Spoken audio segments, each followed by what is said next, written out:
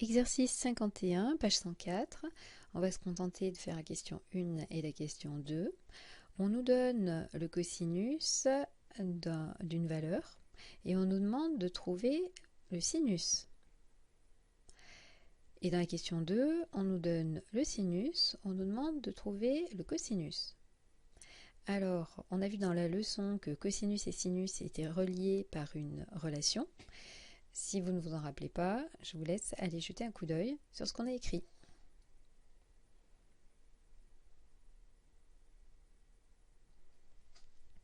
Alors, si on connaît la valeur du cosinus, on a une idée à peu près, on va voir que ce n'est pas tout à fait précis, mais on peut avoir une idée de la valeur du sinus, ou plus précisément de son carré. Pourquoi? La règle que vous avez dû retrouver est la suivante, celle qui est donnée par le théorème de Pythagore. Cosinus de x au carré plus sinus de x au carré, ça doit faire 1. Alors si je remplace par ce qui m'est donné, on a donc que le cosinus de x vaut moins 0,8, donc moins 0,8 au carré, plus le sinus de x au carré, ça fait 1. Alors on va pas trop vite pour pas faire d'erreur. Moins 0,8 au carré, ça fait 0,64. Plus le sinus de x au carré, ça doit faire 1. Alors hop, celui-là, je m'en débarrasse en soustrayant des deux côtés par 0,64. J'ai sinus de x au carré est donc égal à 1 moins 0,64. Et ça fait 0,36. Et maintenant, comment je fais pour trouver sinus x? Alors, sinus x, si son carré vaut 0,36, eh bien, c'est là qu'il faut être prudent. C'est que sinus x, on ne va pas pouvoir avoir tout de suite sa valeur, puisqu'on a deux possibilités. Soit sinus x vaut, on fait racine de 0,36, ou bien, il y a un ou, il y a une autre valeur possible. D'ailleurs, racine de 0,36, ça fait 0,6. Donc soit le sinus de x fait 0,6, mais il y a quelqu'un d'autre qui au carré va faire 0,36, c'est l'opposé. Sinus x est peut-être égal à moins racine de 0,36. C'est-à-dire que sinus x, on ne sait pas tout à fait à cette étape-là si c'est 0,6 ou bien moins 0,6.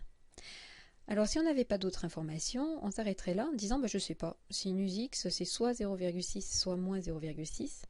Mais il s'avère que dans l'énoncé, on nous dit quelque chose qu'on va utiliser ici.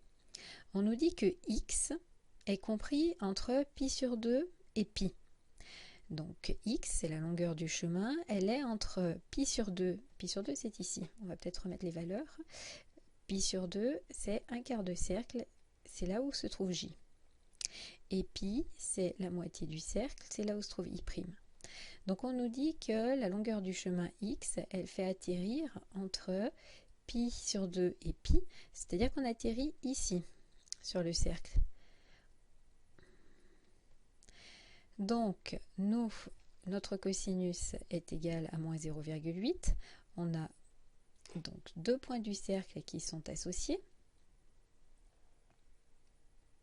soit ici, soit ici, ce qui donne donc des sinus opposés, 0,6 ou moins 0,6. Et on va pouvoir choisir entre les deux grâce à l'information qui nous est donnée dans l'énoncé. Donc si on n'avait pas eu cette partie en rouge, là, cette information qui est donnée ici, on n'aurait pas pu choisir entre 0,6 et moins 0,6.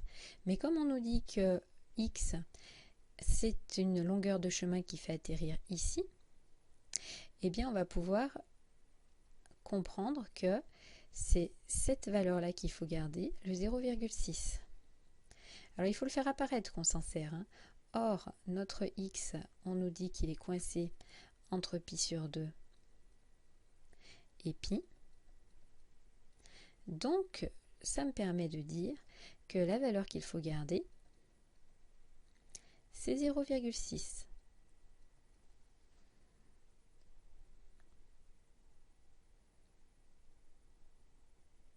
Allez, il faut faire exactement la même chose. Cette fois-ci, on nous donne un sinus, il faut trouver un cosinus dans la question 2. Donc essayez de mener le raisonnement jusqu'au bout et vous regardez la correction ensuite.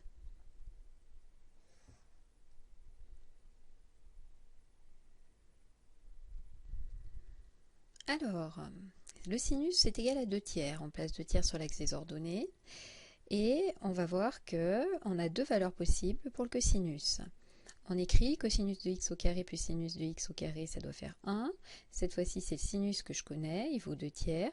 Au carré, ça fait le numérateur au carré, le dénominateur au carré, 4 neuvièmes. Je m'en débarrasse, mon cosinus de x au carré est égal à 5 neuvièmes. J'avais écrit une bêtise, donc c'est bien cosinus x qui vaut soit racine de 5 neuvièmes, alors on peut l'écrire aussi racine de 5 sur 3. Si vous laissez racine de 5 neuvièmes, c'est juste. Ou bien moins racine de 5 sur 3. Bon, donc c'est les nombres qui sont ici. Pour le cosinus, il y a deux valeurs possibles, on ne peut pas trancher tant qu'on n'a pas d'autres informations. C'est soit moins racine de 5 sur 3, soit racine de 5 sur 3. Alors, lequel des deux on prend pour la valeur du cosinus? Eh bien, de nouveau, on va utiliser l'information ici qui est donnée dans l'énoncé. On nous dit que x, c'est une valeur qui est entre 0 et pi sur 2. Donc la longueur du chemin x fait tomber un endroit ici sur le cercle. Ce qui veut dire qu'on va choisir ce point et donc son abscisse, racine de 5 sur 3. Notre x étant entre 0 et pi sur 2, c'est ce qu'on écrit. On choisit la valeur racine de 5 sur 3 pour cosinus x. Donc voilà, la relation fondamentale relie le cosinus au carré et le sinus au carré. Quand on connaît la valeur de l'un ou de l'autre, ça ne nous donne pas tout de suite la valeur de celui qui nous manque, puisqu'on a deux possibilités.